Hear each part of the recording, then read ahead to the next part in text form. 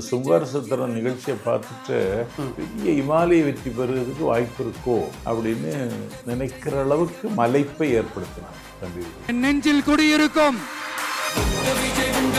ஒரு பக்கம் இந்த மூத்த தலைவர்கள்லாம் ஒரு பக்கம் திமுக பக்கம் போகாம ஏன் தாவேக்காக்கு பக்கம் போறாங்க? தாவேக்கா ஒரு கரிச்மாட்டிக் இருக்கு, இளைஞர்கள் நிறைய இருக்காங்க, வெற்றி பெறும் முகமா இருக்காங்க. எப்படி ஆரம்ப கட்டத்துல திராவிட கட்சியில அண்ணா ஒரு உதயமா இருந்தாலும் அப்படி ஒரு பார்வையிலிருந்து போறாங்களா? எப்படி பாக்குறது? அப்படி இல்லை. அங்கே வந்து ஆண்டு பலவாக அரசியல் களத்தில் இருந்தவங்க அண்ணா ஸ்டாலின் பக்கத்தில் இருக்காங்க.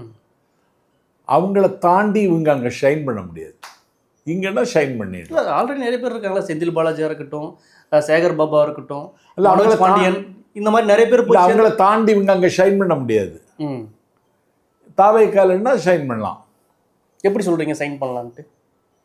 வேலை இருக்குல்ல, அங்கே வேலை இல்லை. அங்கே பாக முகரில் ரெடி ஆயிடுச்சு.